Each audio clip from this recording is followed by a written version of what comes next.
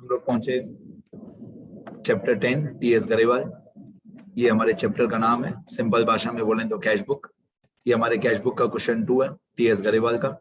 यहाँ पे क्वेश्चन 2 में लिखा हुआ है prepare simple cash book of Gopal from the following transactions. मैं पूरा क्वेश्चन रीड नहीं करूंगा, मैं साथ साथ में सॉल्व करते जाऊंगा। तो सिंपल कैश बुक मतलब ऐसी कैश बुक जिसमें अमाउंट का एक ही कॉलम होगा। ओनर का नाम याद करो गोपाल और मंथ याद कर लो अप्रैल 2021। तो हम लोग बनाएंगे एक सिंपल कैश बुक। ये आंसर 2 हमारा। Cash book, simple cash book मतलब क्या?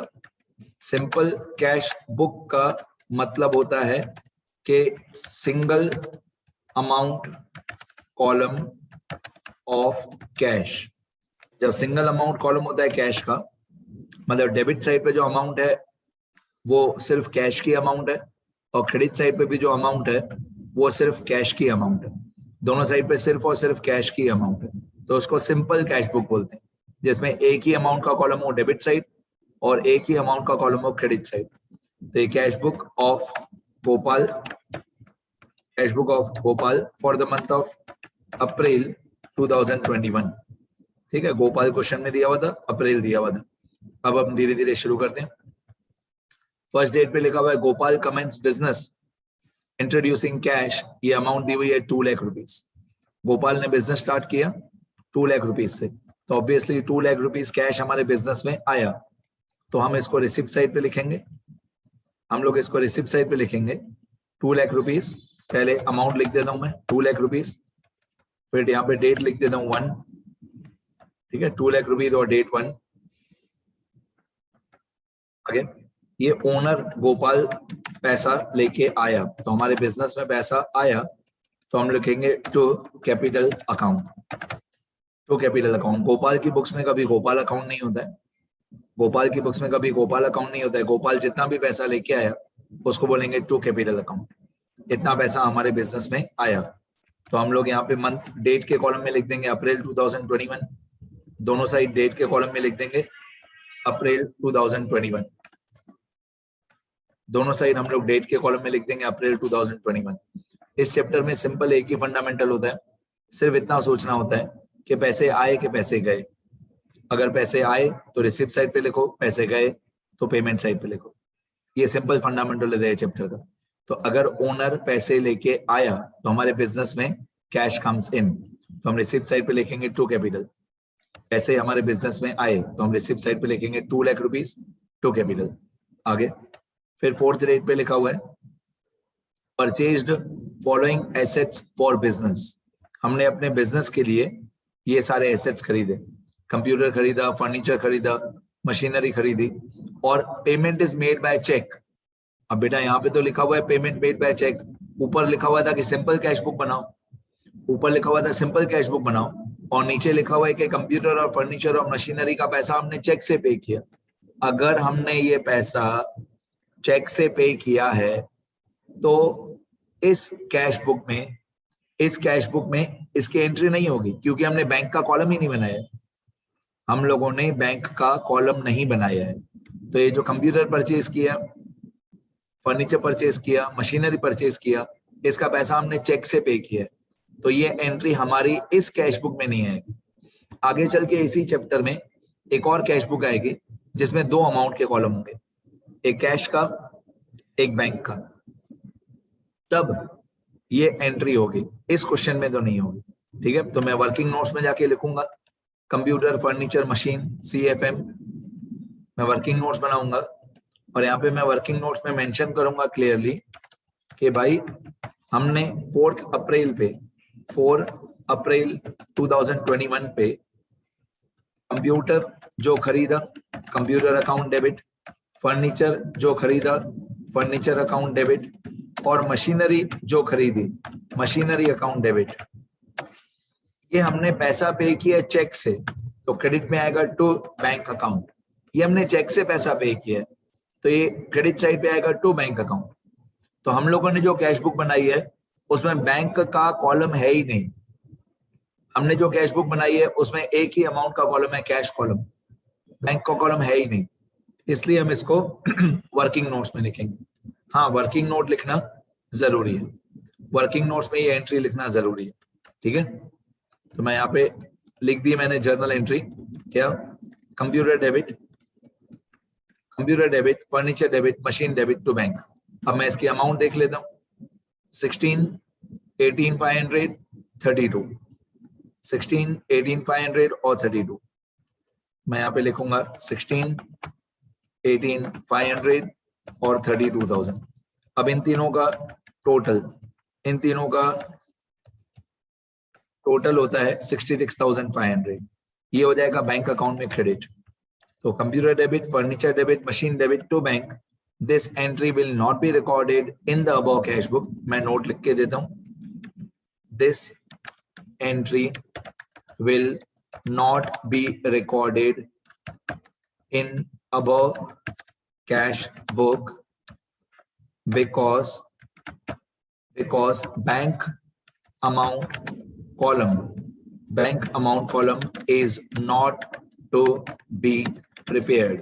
हमको बैंक का अमाउंट का कॉलम बनाने के लिए बोला ही नहीं है, हमको सिंपल कैश बुक बोला था। तो सिंपल कैश बुक में बैंक का कॉलम नहीं होता है, इसलिए ये एंट्री हमारी कैश बुक में रिकॉर्ड नहीं होगी। आगे बढ़ते हैं।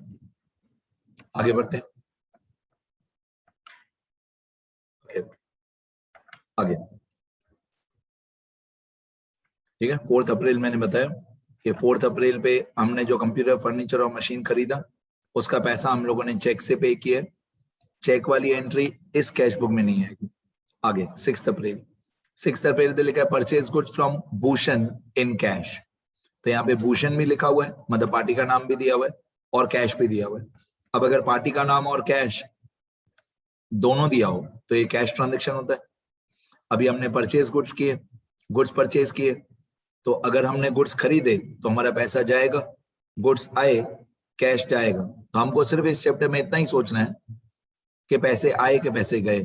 तो यहाँ पे हमारे पैसे गए 6 अप्रैल, कितने, 40,000। ये 40,000 लिखा हुआ है। 6 अप्रैल 40,000 परचेज। तो मैं आंसर में जाऊंगा, 6 अप्रैल लिखूंगा, पेमेंट साइड पे अमाउंट में मैं लिखूंगा 40,000 और पर्टिकुलर्स में मैं लिखूंगा बाय परचेज अकाउंट। अगर आपने मेरा लिखने का तरीका नोटिस किया हो तो मैं हमेशा पहले अमाउंट लिखता हूं। पहले अमाउंट लिखने से पर्टिकुलर्स याद रहते हैं, लेकिन पहले पर्टिकुलर्स लिखोगे तो अमाउंट भूल जाओगे। और मेरी हैबिट है, मैं कोई भी चैप्टर सॉल्व करता हूं पहले मैं अमाउंट्स लिखता हूं, और मार्क्स भी अमाउंट की ही ज्यादा होती है। मतलब नॉर्मली किसी टीचर के पास इतना टाइम ही नहीं होता है कि वो पर्टिकुलर्स चेक करें, अमाउंट ही चेक करते हैं सब लोग। तो पहले अमाउंट लिखने का 40,000 इतना पैसा हमने पे किया बाय परचेज अकाउंट, 40,000 हमने पे किया। आगे भूषण का नाम भी दिया हुआ है लेकिन कैश भी दिया हुआ है, तो ये कैश ट्रांजेक्शन है। आगे इसके बाद हम लोगों को क्वेश्चन में दिया हुआ है डेट 6, डेट 8th डेट पे लिखा है paid wages for installation of machinery, amount दिया है 4,000। Wages for installation of machine, तो ये जो हम लोगों ने 4,000 पे किया आएगा तो ये पेमेंट साइड पे, यहाँ पे लिखा हुआ है पेड मतलब कैश गोज आउट, तो आएगा पेमेंट साइड पे। लेकिन पर्टिकुलर्स में बाय वेजेस लिखा तो गलत है, पर्टिकुलर्स में बाय मशीनरी लिखा तो राइट है। मैंने रूल बताया एक जर्नल एंट्री में कि जब भी हम लोग कोई नया एसेट खरीदते हैं, नया एसेट खरीदते टाइम जो भी एक्सपेंसेस होते हैं वो एक्सपेंसेस हम लोग अलग से डेबिट नहीं करते हैं, उन एक्सपेंसेस को हम लोग एसेट की वैल्यू में ऐड कर देते हैं। तो वेजेस को इस ट्रांजैक्शन में वेजेस को वेजेस नहीं बोलेंगे, वेजेस को मशीनरी बोलेंगे। तो 8th date 4,000 payment side by machinery, ठीक है। तो मैं यहाँ पे 8th डेट पेमेंट साइड 4,000 और मैं यहाँ पे लिखूंगा bye machinery account. 8th date पे हमने 4,000 पे किया मशीन का। तो अगर आप यहाँ पे बाय वेजेस लिखते हो तो वो रॉन्ग होगा, क्योंकि फिर से बोलता हूं मैं, मशीन खरीदते टाइम अगर मशीन परचेज करते टाइम हमने वेजेस पे किया है तो वेजेस को वेजेस नहीं बोलेंगे, वेजेस को मशीनरी बोलेंगे। तो अगर आप बाय वेजेस लिखते हो तो वो रॉन्ग है, बाय मशीनरी लिखते हो तो करेक्ट है, ये करेक्ट है, मशीनरी, वेजेस रॉन्ग है। आगे बढ़ते हैं। 8th डेट के बाद हमको दिया हुआ है 12th डेट। 12 डेट पे लिखा हुआ है कंप्यूटर रिपेयर चार्जेस 1900। अब कंप्यूटर रिपेयर चार्जेस को रिपेयर चार्जेस ही बोलेंगे, इसको कंप्यूटर में ऐड नहीं करेंगे, इसको कंप्यूटर में ऐड नहीं करेंगे। रिपेयर चार्जेस तो हर साल होता है, रिपेयर चार्जेस को रिपेयर चार्जेस ही बोलेंगे और ऑब्वियसली रिपेयर चार्जेस हम लोग पे करेंगे। तो 12 डेट और अमाउंट है 1900। ये बहुत छोटे फॉन्ट में या बहुत छोटा इमेज आपको दिख रहा होगा, बट ये 1900 है। तो 12 date 1900,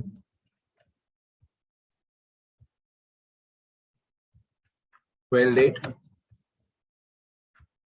1900।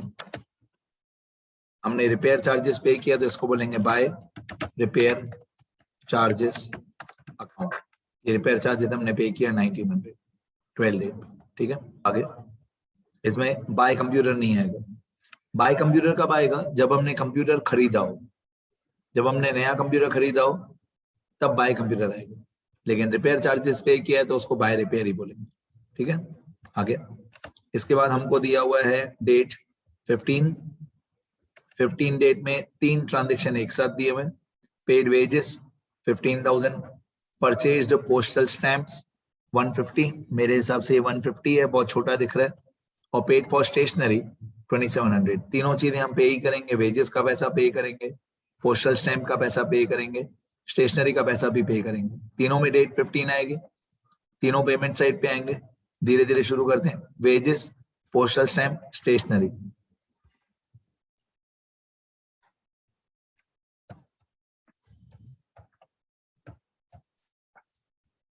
Bye wages, by postal stamps को हम लोग बोलेंगे postage and telegram expense, postage and telegram expense. और तीसरा क्या था? Stationery, by stationery expense account. तो by wages account, by postage and telegram expense account, by stationery expense account. ठीक है, अब थोड़ा सा अच्छी तरह से लिख दूं मैं।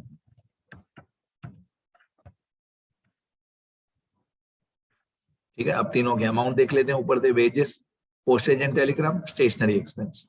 तो ये है wages 15,000, postage and telegram 150, stationery 2700। 15,000, 150, 2700। 15,000, 150, 2700।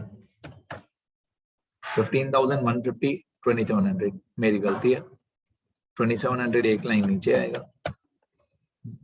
अब सही है। ठीक है, 15,000, 150, 2700। राइट। फिर 19 अप्रैल पे लिखा हुआ है सोल्ड फॉर कैश। स्टार्टिंग में ही कैश लिखा हुआ है। Sold for cash half the goods purchased from Bhushan, मतलब भूषण से हमने जितने गुड्स खरीदे थे उसका half the goods purchase from Bhushan to Anil Krishna. ये अनिल कृष्णा किसी पार्टी का नाम है। At a profit of 25%। Very interesting. Profit of 25% में बताया हुआ नहीं है ऑन कॉस्ट है कि ऑन सेलिंग प्राइस है। तो अगर ऑन कॉस्ट या ऑन सेलिंग प्राइस नहीं बताया हुआ होता है तो ऑन कॉस्ट होता है। मैंने जर्नल एंट्री में बताया है आपको 25% प्रॉफिट लिखा हुआ है, लेकिन 25% किसका? कॉस्ट प्राइस का कि सेलिंग प्राइस का? वो बताया हुआ नहीं है तो ऑन कॉस्ट होगा। And allowed him trade discount 5%। अब स्टार्टिंग में लिखा हुआ है सोल्ड फॉर कैश, मतलब ये कैश ट्रांजेक्शन है, तो इसका कैलकुलेशन ऑब्वियसली बहुत हार्ड होने वाला है। Sold for cash half the goods. चलो धीरे धीरे शुरू करते हैं। डेट है 19 अप्रैल, बहुत धीरे धीरे वर्किंग नोट्स में शुरू करते हैं। डेट है इसकी 19 अप्रैल 2021। तो हमने भूषण से जो गुड्स परचेज किए थे उसका आधा गुड्स। तो भूषण से हमने कितने गुड्स परचेज किए थे? ये 6th डेट पे लिखा हुआ है। Purchase goods from Bhushan in cash, ये अमाउंट दी हुई है 40,000। तो हमने भूषण से जितने गुड्स खरीदे थे 6th डेट पे 40,000 के, उसका आधा गुड्स। तो 40,000 का आधा, 40,000 का जो आधा होगा ना, मैं सब लिख के बताता हूँ डिटेल में। हमने 6th अप्रैल 2021 पे भूषण से गुड्स परचेज किए थे 40,000 रुपीज के। तो इस 40,000 रुपीज को बोलते हैं परचेज, राइट? शब्दों को समझना अच्छी तरह। इस 40,000 को परचेज बोलते हैं। इस 40,000 का हाफ गुड्स, इस ऑब्वियसली 40,000 का हाफ 20,000 ही होता है, बट सुनना, मेरे शब्दों को अच्छी तरह से दिमाग में बिठाना, जिंदगी भर काम आएंगे। 40,000 के गुड्स हमने परचेज किए, इसका हाफ गुड्स, अब ऑब्वियसली 40,000 का हाफ तो 20,000 ही होता है, तो हाफ गुड्स हमने बेचे। ये जो हाफ गुड्स हमने बेचे इसको कॉग्स बोलते हैं, ठीक है? हिंदी में ये जो 40,000 है इसको बोलते हैं कितने के गुड्स खरीदे। 40,000 को बोलते हैं कितने के गुड्स खरीदे, और 20,000 को बोलते हैं कितने के गुड्स बेचे। तो 40,000 मतलब क्या? कितने के गुड्स खरीदे, और 20,000 मतलब क्या? कितने के गुड्स बेचे। COGS, cost of goods sold, cost of goods sold, जो गुड्स हमने बेचे उनकी कॉस्ट प्राइस 20,000, ठीक है? तो बहुत डिटेल में समझा रहा हूं मैं, सुनते रहना। आगे 19 डेट पे लेगा sold for cash, half the goods purchase from Bhushan, तो 40,000 का हाफ होता है 20,000, to Anil Krishna at a profit of 25%। To Anil Krishna, तो ये goods are sold to Anil Krishna for cash लिखा हुआ था, आपको याद है? सोल्ड गुड्स फॉर कैश, तो ये गुड्स हमने अनिल कृष्णा को बेचे eight a profit of 25%। Okay, profit of 25%, ये भी रूल में बता देता हूं कि 25% में ऑन कॉस्ट या on selling price is not given. 25% profit लिखा हुआ है, लेकिन ये नहीं बताया हुआ कि 25% प्रॉफिट किसका? कॉस्ट प्राइस का या सेलिंग प्राइस का। तो हम ऐसा अज्यूम करेंगे कि जो 25% प्रॉफिट है वो ऑन कॉस्ट है। So we should assume that 25% profit on cost, 25% profit on cost is to be calculated। मतलब हम ऐसा अज्यूम करेंगे कि जो 25% प्रॉफिट है वो ऑन कॉस्ट है, तो 20,000 हमारी कॉस्ट प्राइस है, कॉस्ट ऑफ गुड्स सोल्ड 20,000 है, इस 20,000 का 25% ये होता है 5,000 हमारा प्रॉफिट हो गया, ठीक है? अब 20,000 में 5,000 प्रॉफिट प्लस कर देंगे तो हमारा लिस्ट प्राइस आ जाएगा। इसको क्या बोलते हैं? लिस्ट प्राइस आ जाएगा। 20,000 प्लस 5,000 25,000, ये हमारा लिस्ट प्राइस आ गया। अब ये लिस्ट प्राइस आने के बाद क्वेश्चन में जाएंगे और एक लास्ट पॉइंट दी हुई है इसी ट्रांजेक्शन में, and allowed him trade discount of 5%, मतलब हमने अनिल कृष्णा को 5% ट्रेड डिस्काउंट अलाउ किया। अब जो लिस्ट प्राइस आया हमारा उसका 5% में ट्रेड डिस्काउंट माइनस करूंगा, तो मैं यहाँ पे लिखूंगा इक्वल टू, यहाँ मैं लिखूंगा लेस ट्रेड डिस्काउंट, कितना? 5%। अब ऑब्वियसली 5% किसका? लिस्ट प्राइस का। लिस्ट प्राइस है हमारी 25,000, 25,000 का 5% होता है 1250, 25,000 का 5% होता है 1250, ये 1250 में ट्रेड डिस्काउंट माइनस कर दूंगा, तो 25,000 माइनस 1250, ये होगा 23,750। ये 23,750 हमारा नेट प्राइस है। क्या बेटा? ये नेट प्राइस। और ये जो नेट प्राइस है 23,750, इतना ही पैसा, सारा का सारा 23,750 रुपीस हमको कैश में मिल गया अनिल कृष्णा से, क्योंकि ऊपर लिखा हुआ है सोल्ड गुड्स फॉर कैश, ऊपर लिखा हुआ था सोल्ड गुड्स फॉर कैश, मतलब जितना हमारा नेट प्राइस है 23,750। वैसे मेरे बच्चों को मालूम है कि इसके आगे अभी और भी दो पार्ट्स होते हैं। 23,750 के नीचे और भी दो पार्ट्स होते हैं। पहला पार्ट होता है कैश ट्रांजेक्शन, दूसरा पार्ट होता है क्रेडिट ट्रांजेक्शन, लेकिन हम लोग नहीं लिखूंगा मैं इसके आगे कैश ट्रांजेक्शन क्रेडिट ट्रांजेक्शन, क्योंकि फुली कैश ट्रांजेक्शन, तो दो पार्ट करने की जरूरत नहीं है। ये 23,750 रुपीस इतना कैश हमको मिलेगा, 23,750 कैश कम से, तो ये रिसिप्ट साइड पे आएगा 23,750 रिसिप्ट साइड। मैं यहाँ पे रिसिप्ट साइड पे लिखूंगा 23,750। डेट मुझे याद नहीं है, मैं देख लेता हूँ। डेट थी इसकी 19, और क्योंकि ये कैश ट्रांजेक्शन है तो कैश ट्रांजेक्शन में पार्टी का नाम नहीं आता है, तो मैं लिखूंगा to sales account, to Anil Krishna नहीं, to sales account. Cash transaction है ना, इसमें पार्टी का नाम नहीं आता। डन। तो ये मैंने कैलकुलेशन सारा बता दिया। आंसर तो, एंट्री तो इतनी छोटी सी है, रिसिप्ट साइड पे 23750, लेकिन आप कैलकुलेशन देखोगे तो ज्यादा दिमाग खुलेगा। ये कैलकुलेशन है सारी, ठीक है। डन।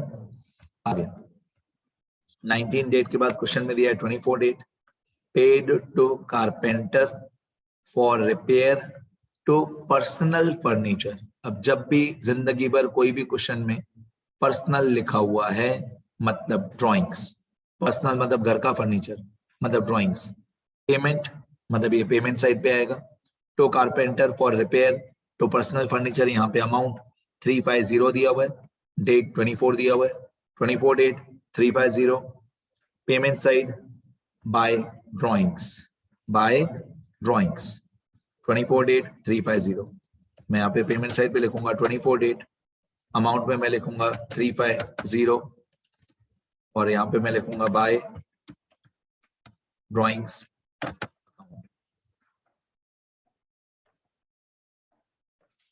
ठीक है, तो 24 डेट पे बाय ड्राइंग्स 350 पेमेंट साइड, क्योंकि पर्सनल फर्नीचर है ना तो पेमेंट साइड पे है, पेमेंट साइड पे आएगा बाय ड्राइंग्स 350। अब 26 डेट है, 26 डेट पे लिखा है paid for medical expense of Shrimati Gopal, कितनी इज्जत के साथ लिखा हुआ है श्रीमती गोपाल, मतलब ये जो हमारा ओनर है ना गोपाल, उसकी वाइफ है, उसकी वाइफ का मेडिकल एक्सपेंस है, ये भी ड्राइंग्स हुआ। श्रीमती मतलब मिसेस गोपाल, गोपाल की वाइफ, तो गोपाल की वाइफ का मेडिकल एक्सपेंस पे किया है, पेमेंट साइड पे आएगा, पर्टिकुलर्स में आएगा बाय ड्राइंग्स, डेट है 26, अमाउंट है 1800। ऑब्वियसली गोपाल कुछ नहीं बोल सकता है, देना ही पड़ेगा 26 डेट 1800, ठीक है। गोपाल तो गोपाल है और श्रीमती तो श्रीमती है, तो 1800 गोपाल जो है वो चुपचाप दे देगा, चाहे मेडिकल का बिल हो, चाहे कुर्ती वगैरह खरीदी हो, चाहे कुछ कॉस्मेटिक्स खरीदा हो, देना पड़ेगा बेटा, देना पड़ेगा, ठीक है। थोड़े बड़े हो जाओ, आपको भी देना पड़ेगा। तो पेमेंट साइड पे 26 डेट बाय ड्राइंग्स 1800, ठीक है। आगे फिर इसके बाद 26 डेट के बाद लिखा हुआ है 30 date, paid for shop rent 2500, shop rent पे किया 2500, तो पेमेंट साइड पे 30 date 2500 by shop rent account. Shop rent को बाय सिंपल इतना लिखोगे बाय रेंट अकाउंट तो भी चलेगा, by rent account 2500। Done, everything done, सारी ट्रांजेक्शन्स कंप्लीट हो गए। ओके, अभी हम इसको बैलेंसिंग करेंगे। बैलेंसिंग करते टाइम पहले रिसिप्ट साइड का टोटल करेंगे, तो रिसिप्ट साइड पे equal to sum from, receipt side पे इक्वल टू सम फ्रॉम, दो ही अमाउंट्स हैं, एक 2 लाख है और एक 23750, तो रिसिप्ट साइड का टोटल आएगा 223750, रिसिप्ट साइड का टोटल 223750। अब जब भी हम लोग टोटल करते हैं तो ऊपर की तरफ सिंगल लाइन और नीचे की तरफ डबल लाइन, ठीक है।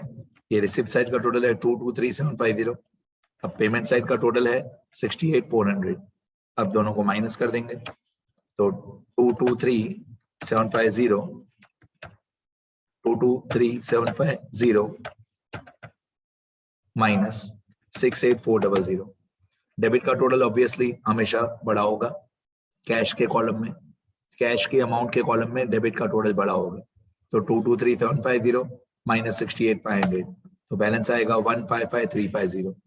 ये हमारा मंथ था, अप्रैल था, अप्रैल था, तो अप्रैल की लास्ट डेट होती है 30, अप्रैल था ना बेटा, अप्रैल की लास्ट डेट 30 होती है, ठीक है। जनवरी हो तो 31, तो यहाँ पे हम लिखेंगे बाय बैलेंस कैरीड फॉरवर्ड और एक ब्रैकेट में क्वेश्चन मार्क लगाएंगे। क्वेश्चन मार्क का मतलब होता है ये 155350 हमने फाइंड आउट किया, क्वेश्चन मार्क मतलब ये अमाउंट हमने फाइंड आउट की, और इसको ब्रैकेट में लिखेंगे क्लोजिंग कैश बैलेंस 155350, और ऑब्वियसली अप्रैल का जो क्लोजिंग होगा वो मई 2021 का ओपनिंग होगा। अप्रैल का क्लोजिंग होगा तो मई का ओपनिंग होगा 155350।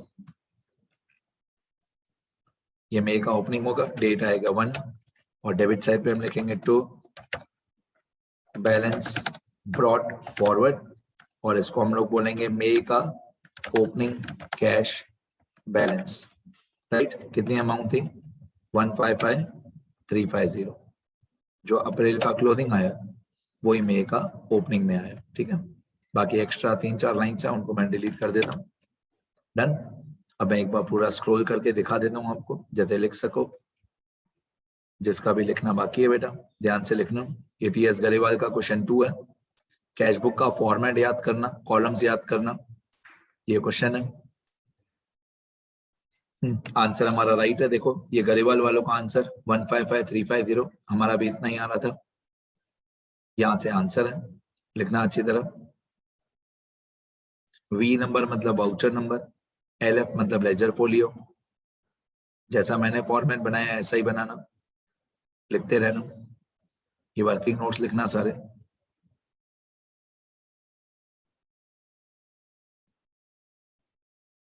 ये वर्किंग नोट लिखना अच्छी तरह।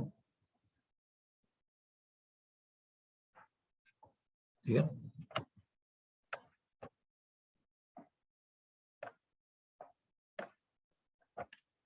चलो लिखते रहो फटाफट।